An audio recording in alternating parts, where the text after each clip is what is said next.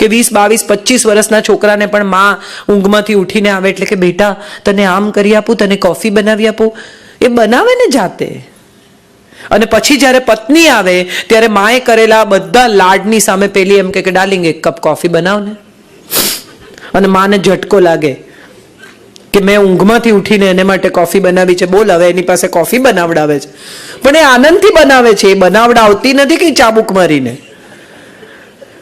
આખી જિંદગી છોકરો ટીંડોળા ન ખાતો હોય, માએ દર વખતે બીજું શાક બનાવ્યું હોય, અને પત્ની આવે ને ટીંડોળા સમારે ત્યારે જ માં કે નહીં ખાય.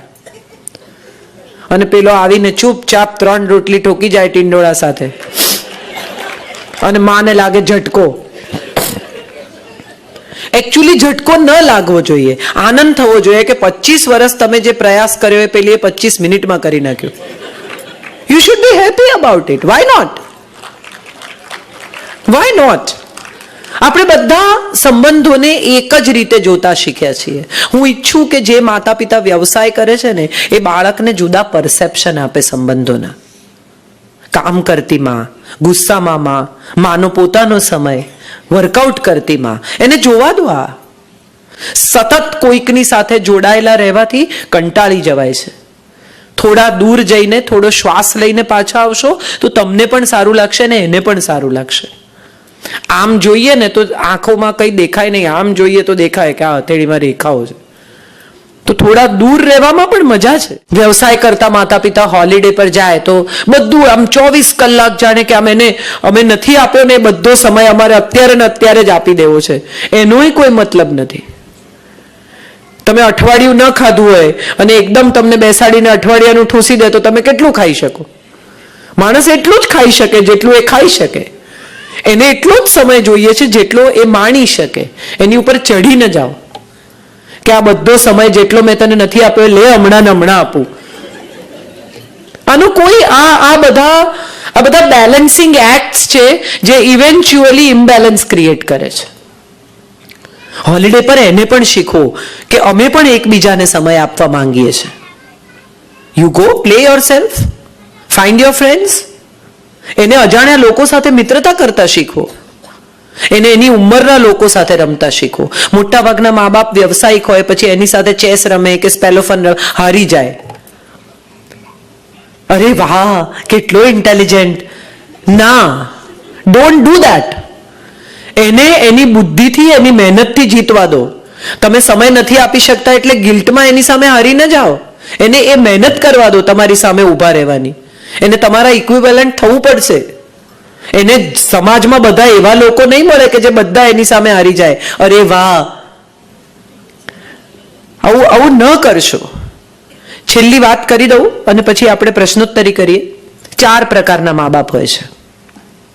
પહેલા, તાળી મા બાપ. બધી વાતમાં તાળી પાડે. Very good, my child is the best. તમે જોયું કેટલું ફાઇન પેઇન્ટિંગ, અને તમે જુઓ ને ત્યારે તમને સમજાય કે આ પેઇન્ટિંગમાં કાંઈ નથી. અને કેવી રીતે વખાણ કરો તમે? એટલું ફાઇન સ્કેચિંગ કરે છે, તમારો એક્ઝેક્ટ ફેસ બનાવે, અને તમારો ફેસ બનાવે ને તમને જાત પર નફરત થઈ જાય કે હું આટલી ખરાબ લાગુ છું યાર. દરેક વાતમાં એને 100માંથી 80 માર્ક્સ છે, પણ એની ક્લાસમાં બીજા 6 છે જેમાં 85, 88, 89, 90 સુધી ગયા છે. એના 80 માર્ક્સ છે, સરસ વાત છે, આનંદની વાત છે. પણ એમાં આટલા બધા ઓવરવેલ્મ થઈને ગદગદ થઈ જવાની જરૂર નથી. સરસ છે, બધાના બાળક નવાઈ ના જ હોય. દરેકને એમ હોય કે બોલો કેવું એ દિવસે બોલ્યો. બધાના છોકરા આવા ચાવડા અમુક પ્રકારના સ્ટેટમેન્ટ કરે જ, અમુક પ્રકારના કાલા કાઢે જ. એમાં ઇટ્સ ઓલ નોર્મલ. એમાં આટલા બધા ઓવરવેલ્મ થવાનું નથી હોતું. પણ અમુક મા બાપ બહુ તાળીમાં, એને પહેલો દાંત ફૂટ્યો, એની તારીખ લખે ને એના ફોટા પાડે ને. ઇટ્સ ઓકે, મા બાપ તરીકે તમને મજા આવે છે કરો. પણ જ્યારે તમારે ઘરે કોઈ આવે ત્યારે દરેક વખતે ચાલો બેટા પેલી પોએટ્રી ગાઓ. માણસ તમારે ત્યાં પોએટ્રી સાંભળવા આવ્યો છે, પછી એ ના પાડે, કદાચ બાળક ના પાડે કે મારે નથી અત્યારે પોએટ્રી ગાવી. ના, તને નથી આવડતી અંકલ એવું કહેશે. અંકલ શું કામ એવું કે? અંકલને 1% રસ ના હોય, અને તોય અંકલ બિચારા સાંભળે સહિષ્ણુ થઈને. પોએટ્રી પતે એટલે કે પેલો વિવેકાનંદ વિશે જે તે બોલેલો એ બોલી બતાવો. નથી એને વિવેકાનંદ સાંભળવું યાર. 1 વાર, 2 વાર, 3 વાર પછી બાળક અટેન્શન સીકર થઈ જાય. ઘરમાં કોઈ આવે ત્યારે એના સિવાય કોઈના પર પણ ધ્યાન અપાય એને મંજૂર નથી. એ પછી એના વિશે જ વાત થવી જોઈએ, એના વિશે જ તાળીઓ પડવી જોઈએ. એ જે કરી રહ્યું છે તે જ આખા ઘરનું કેન્દ્ર હોવું જોઈએ. ધીમે ધીમે આખા સમાજનું, આખા મિત્ર વર્તુળનું, આખા પરિવારનું, આખી દુનિયાનું. હવે હું બોલું છું એ જ સત્ય છે, બાકીનું બધું નકામું છે. મિત્રો નહીં બને, પત્ની સાથે નહીં ફાવે, કારણ કે પહેલેથી તમે એને એવું શીખવાડ્યું કે યુ આર ધ બેસ્ટ. એટલે એ જે કરે તેમાં બધા એને કહેવાનું કે યુ આર ધ બેસ્ટ. અને એમાં જો કદાચ મારા જેવી સ્વતંત્ર પત્ની હોય અને એમ કે આવું લાલ ફૂલ વાળું શર્ટ પહેરીને મારી જોડે ના આવીશ પ્લીઝ, તો લાગી આવે એને કે તને ખબર છે આ શર્ટ કેટલું લોકો વખાણ. લોકો નહીં, તું મારી જોડે આવે છે, મને ગમે એવું પહેર. મારે લોકોમાં મને ઇન્ટરેસ્ટ જ નથી. આવી પત્ની જો ભૂલે ચૂકે એને આવી ગઈ તો તમે વિચારો કે શું થાય બે જણ. અને મજાની વાત એ છે કે મોટા ભાગના લોકોને સ્વતંત્ર છોકરી, સ્વતંત્ર મિજાજી છોકરી, ઇન્ડિપેન્ડન્ટ છોકરી, પોતાના વિચારો ધરાવતી છોકરી પ્રેમિકા તરીકે બહુ ગમે. કઈ વાંધો નહીં, પણ પત્ની પ્રમાણમાં કયાગરી હોવી જોઈએ. અને જો ન હોય તો આવી સ્વતંત્ર છોકરીને લાવીને કયાગરી બનાવવી એ પણ એક ટાસ્ક છે. એ બી એક ગેમ છે ચેઝિંગની. એ વિશે આપણે ક્યારેક ફરી વાત કરીશું. સો એક આ મુદ્દો છે. પછી હોય થાળી મા બાપ. Food is the part of life and the most essential part of life. અમેરિકાથી છોકરું ફોન કરે, ભણતું હોય ત્યાં કે કઈ બીજું ત્રીજું કરતું હોય કે હોસ્ટેલમાં, તું જમ્યો? શું જમ્યો? નહીં જમ્યો હોય તો શું કરશો? 24 કલાકની ફ્લાઇટ લઈને ત્યાં જઈને રસોઈ કરશો? કૃષ્ણ જ્યારે ગ્રેજ્યુએટ થયા સાંદીપનીને ત્યાં, ત્યારે એમણે હાથ જોડીને કહ્યું કે હું શું ગુરુદક્ષિણા આપું? ત્યારે સાંદીપની એને કહ્યું કે ગુરુદક્ષિણા ન હોય, તારા જેવા વિભૂતિને ભણાવવાનો મને આનંદ છે અને તારી નમ્રતાને હું આદર આપું છું. હું તને શું ભણાવું? અને તારી પાસેથી ગુરુદક્ષિણા લેવાનો મને કોઈ હક નથી, કારણ કે તું તો જ્ઞાતા છે. અને ત્યારે કૃષ્ણએ કહ્યું કે ના, પણ વ્યવહાર છે, મારે તને કંઈ આપવું જોઈએ, તમે માંગો. અને ત્યારે સાંદીપનીએ કહ્યું કે મારો દીકરો સાંદીપન છે, એને પંચજન્ય રાક્ષસ ઉઠાવી ગયો છે, એને લઈ આવો જો તું લાવી શકે તો. કૃષ્ણ જાય છે, યુદ્ધ કરે છે, પાંચજન્યને ત્યાંથી સાંદીપનને લઈ આવે છે. પાંચજન્ય શંખ લાવે છે ત્યાંથી અને ગુરુને સોંપે છે. ત્યારે ગુરુ કહે છે કે હું મારા તમામ તપોબળથી તને કંઈ આપવા માંગુ છું, માંગ. શું માંગીશ? કંઈ પણ માંગી શક્યા હોત, અમરત્વ માંગી શક્યા હોત, બીજી કોઈ પણ ચીજ માંગી શક્યા હોત. એને બદલે કૃષ્ણ કહે છે માતૃ હસ્તેન ભોજનમ. મને જીવનભર માના હાથનું ભોજન મળે, બસ એટલા આશીર્વાદ આપો. મજાની વાત છે. માં જમાડે એવું જગતમાં કોઈ ન જમાડે, પણ માં 24 કલાક જમાડે ને તો કોઈક વાર ત્રાસ થાય. હવે તારા નટ્સ લઈ લે, પછી તારું આમ કરી લે, પછી તારો જ્યુસ પી લે. દરેક માણસને રૂટીનમાંથી બહાર નીકળવાની મજા આવતી હોય છે. આપણને બધાને આવતી હોય છે. તમે બધા જ ડોક્ટર્સ છો એટલે સમજો છો કે શરીર રોજ એક જ એક્સપિરિયન્સ માંગે છે. તમે ગઈકાલે સૂતા તો આજે પણ સૂવું છે, તમે ગઈકાલે ખાધું તો આજે પણ ખાવું છે, તમે ગઈકાલે નાહ્યા તો આજે પણ નાહવું છે. શરીરને રોજ એક સરખો એક્સપિરિયન્સ જોઈએ છે, પણ મનને એ જ એક્સપિરિયન્સ જુદા ફોર્મમાં જોઈએ છે. ગઈકાલે બટાકા ખાધા તો આજે ટિંડોળા ખાવા છે, ગઈકાલે જ્યુસ પીધો તો આજે હવે કંઈક બીજું પીવું છે. રોજે રોજ એ જ અનુભવમાંથી પસાર થવું એ કોઈને અનુકૂળ નથી, અને એમાં સ્પેશિયલી ગ્રોઈંગ ચાઇલ્ડને નથી, કારણ કે એને માટે વિશ્વ ઉઘડી રહ્યું છે.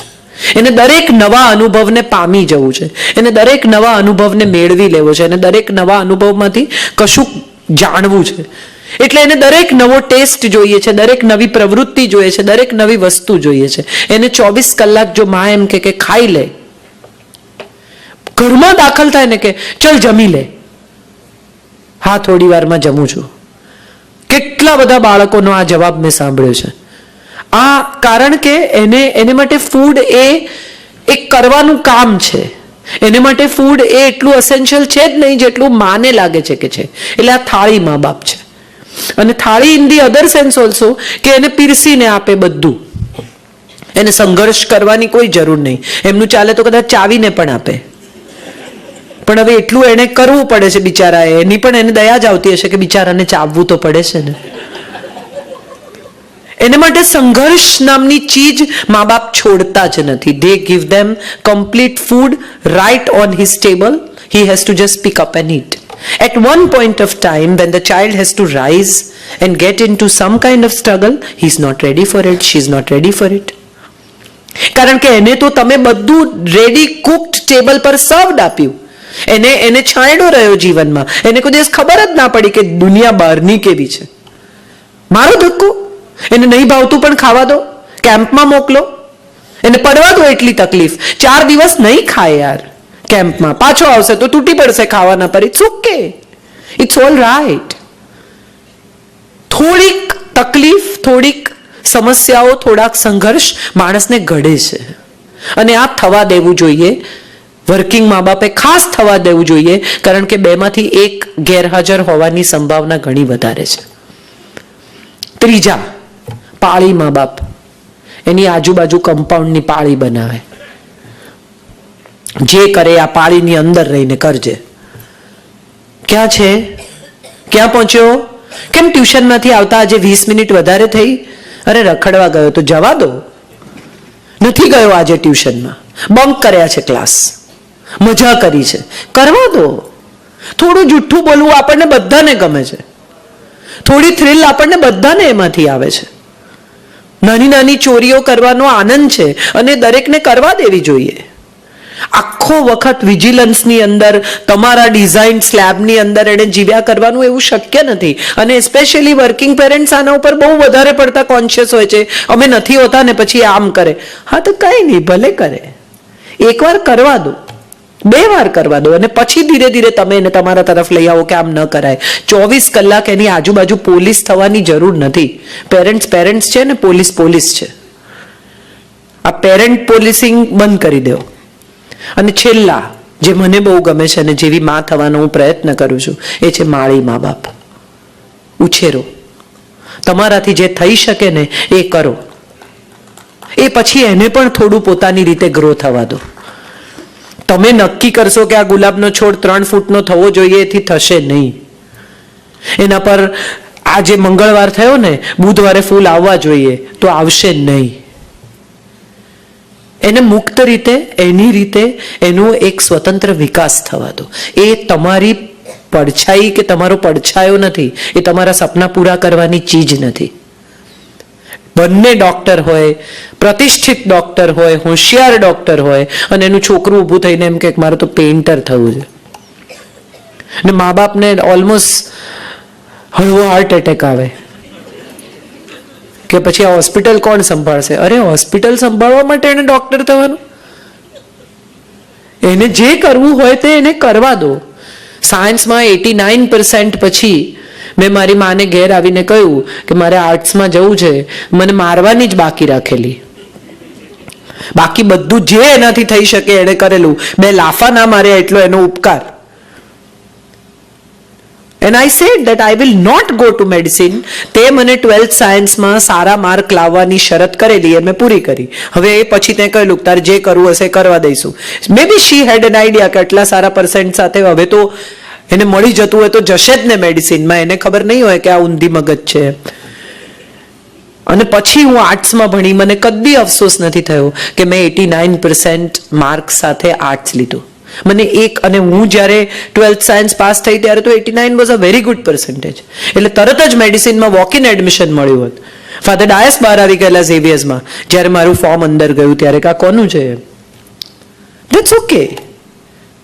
હું મારી કારકિર્દી વિશે મને અફસોસ નથી. એન્ડ આઈ એમ શ્યોર મારા માતા પિતા બંનેને નહોતો લેટર ઓન. પિતાએ તો કદી કંઈ કીધું જ નહીં, પણ માને પણ નહોતો લેટર ઓન. એને એની રીતે વિકસવા દો, એને કરવા દો. તમે માળી થાઓ. એને જે દિશામાં જવું છે એ દિશામાં ખાતર નાખો, પાણી નાખો, થોડું સૂર્યપ્રકાશ પણ આવવા દો. સતત એના પર છાંયડો કરવાની જરૂર નથી, નહીં તો વિકાસ નહીં થાય. અને આજુબાજુનું નિંદણ કાઢી નાખો. આટલું જ એક મા બાપ તરીકે મારે હિસાબે આપણે કરવાનું છે. સ્પેશિયલી જે માતા પિતા કામ કરતા હોય એને માટે આ વધુ જરૂરી છે કે એનો વિકાસ પોતાની રીતે થાય. કારણ કે તમે જે કામ કર્યું એ જ કામ એ રિપીટ કરે, એને બદલે કશું નવું કરે, કશું જુદું કરે, તો એવી તક આપો. તમે જ્યાં પહોંચ્યા છો એનાથી કદાચ 2 ડગલા આગળ જાય તો એ દિશામાં એને જવા દો. નાપાસ જ થશે, નહીં જ કરી શકે. કેટલા બધા મા બાપને મેં જોયા છે એવું કે ભણીશ નહીં તો ખાઈશ શું? તો ખાય છે તો બળદ ને કૂતરા, પણ એ ક્યાં ભણેલા છે? ભણવું એ ખાવા માટે જરૂરી નથી. ભણવું એ સ્વના વિકાસ માટે જરૂરી છે. વાંચીશ નહીં તો જાણીશ શું, એવું કહો. એને રસ પડે એવા પુસ્તકો આપો. અને સૌથી મહત્વની વાત, તમારો સમય જ્યારે તમે રિપ્લેસ કરો ને ત્યારે વસ્તુઓથી ન કરો, વિચારોથી કરો. આપણે બધા જે સમય નથી આપી શકતા એના બદલામાં એને ખૂબ વસ્તુઓ આપીએ છીએ. પ્રોબ્લેમ ઓફ પ્લેન્ટી નામનો એક હવે બહુ મોટો ઇશ્યુ શરૂ થયો છે. જે લોકો સાયકેટ્રી જાણતા હશે એમને ખબર હશે કે આ પ્રોબ્લેમ ઓફ પ્લેન્ટી જે છે એ મોટા ભાગના ઘરોમાં બહુ મોટો ઇશ્યુ ઊભો કરે છે. વસ્તુની કિંમત નથી રહી બાળકોને, માણસોને. તમારી પાસે એટલું બધું છે કે એ પોતે જ એક સમસ્યા બની ગઈ છે. એકથી વધુ ગાડીઓ, ખૂબ બધા કપડાં, શોપિંગ સિન્ડ્રોમ એમાંથી દાખલ થાય છે. એ વિષય પછી ક્યારેક we will talk about. But this is very important કે તમારું બાળક પ્રોબ્લેમ ઓફ પ્લેન્ટીમાં દાખલ ન થાય. એને થોડો અભાવ પણ સહન કરવા દો. એ માગે એટલે તરત ન મળે. મેળવવા માટે ડિઝર્વ કરવું પડે. આ એને શીખવું પડશે. અને તમે જે સમય નથી આપી શકતા એ સમયના બદલામાં વસ્તુઓને બદલે વિચારો આપો કે why don't you do this? ચલ તું એક કામ કર, 3 સારી ફિલ્મો જો ગુરુદત્તની, અને 3 ફિલ્મો જોઈને હું નક્કી કર કે આ 3 ફિલ્મમાંથી તને કઈ ગમી ને કેમ ગમી. પુસ્તક વાંચ, બુક રિવ્યુ લખ, ચેસ રમતા બંને તરફથી તું રમ ને પ્રામાણિક રીતે રમ. આ બધું જ શીખવી શકાય છે અને આમાં કશું જ અઘરું નથી. મેં આ કર્યું છે. બંને તરફથી ચેસ રમ ને બંને તરફથી પ્રામાણિક રીતે રમ. એને જિંદગીમાં આગળ ઉપર એના હરીફની ચાલ સમજવામાં આ વસ્તુ બહુ મદદ કરશે કે સામેનો માણસ શું વિચારે એ એને અત્યારે વિચારતા શીખવો. અને આ બધી બહુ નાની ઇનપુટ્સ છે જે ઇવેન્ચ્યુઅલી એક બહુ અદ્ભુત માણસને ઘડતર કરશે. એક છેલ્લી વાત, એને ખૂબ પ્રામાણિક બનાવવાનો પ્રયત્ન કરજો. એની હાજરીમાં ક્યારેય ટેક્સ કેવી રીતે બચાવવો, કેટલા રોકડા રૂપિયા, કેટલા ચેકથી આપવા, આવી બધી ચર્ચા એ મોટું થતું હોય ને ત્યારે નહીં કરતા. એ ઇવેન્ચ્યુઅલી એની રીતે શીખી જશે. પણ એના મનમાં આ અપ્રામાણિકતાનું ઝાડ તમે નહીં રોપતા. દેશને ટેક્સ ભરવો એ જરૂરી છે એવું એને સમજવા દેજો. દેશની સેવા કરવી, દેશ માટે કશું કરવું, પૈસા લીધા વગર પણ કોઈ કામ કરવું પડે તો કરવું, માત્ર પૈસા માટે કામ ન કરવું. આવી નાની વસ્તુઓ તમારા વ્યવહારથી એના મનમાં આવવી જોઈએ. એની સામે કોઈ ગરીબ પેશન્ટના પૈસા નહીં લો ને તો એના મનમાં તમારા માટે બહુ આદર થશે. એ તમને જુદી રીતે જોતા શીખશે અને જિંદગીમાં પણ આગળ ઉપર એ આ કરતા શીખશે. એની હાજરીમાં તમે તમારા ચાર્ટર્ડ એકાઉન્ટન્ટને કહો કે હું તો ₹1,00,000 વધારે નહીં ભરું, તમારે જે કરવું એ કરો. Don't say this at least in front of the child, because એ હજી એવી કાચી ભૂમિ છે કે જેના પર ક્યોરિંગ નથી થયું. તમારા પગ પડશે ને એની છાપ પડી જશે અને આખી જિંદગી આ સિમેન્ટ સુકાશે ને ત્યાં સુધી એ છાપ એમ જ રહેશે. એને પ્રમાણિકતા, નિષ્ઠા, સત્ય શીખવજો. એમણે મારી ઓળખાણમાં કહ્યું કે કાજલબેન બહુ નિખાલસ વાત કરે છે. આ નિખાલસતા મને મારા ઉછેરમાં મળી છે, માટે હવે ઉગી છે. મારા ફાધર એક દિવસ બેસીને કંઈ લખતા હતા. બધા ચીફ મિનિસ્ટર અમારે ઘરે આવે. My father was a renowned journalist, very big name. Shirt ન પહેરે, ખાલી શોર્ટ્સ પહેરે અને બેસીને ચશ્મા પહેરીને કંઈ લખતા હતા. અને માધવસિંહભાઈના ચીફ મિનિસ્ટર હતા માધવસિંહભાઈ, એમના ડ્રાઈવર આવ્યા અને આમ એકદમ અદબથી ઊભા રહ્યા. એટલે મારા પપ્પાએ આમ શું છે, એટલે એમણે કહ્યું કે સાહેબ બહુ યાદ કરે છે. એટલે મારા પપ્પાએ કહ્યું સાહેબને કહે છે હું પણ બહુ યાદ કરું છું.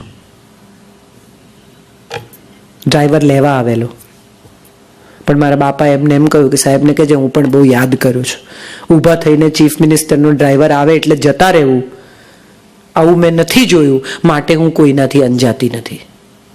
આ હું માનું છું આપણે આપણા બાળકને આપવું જોઈએ.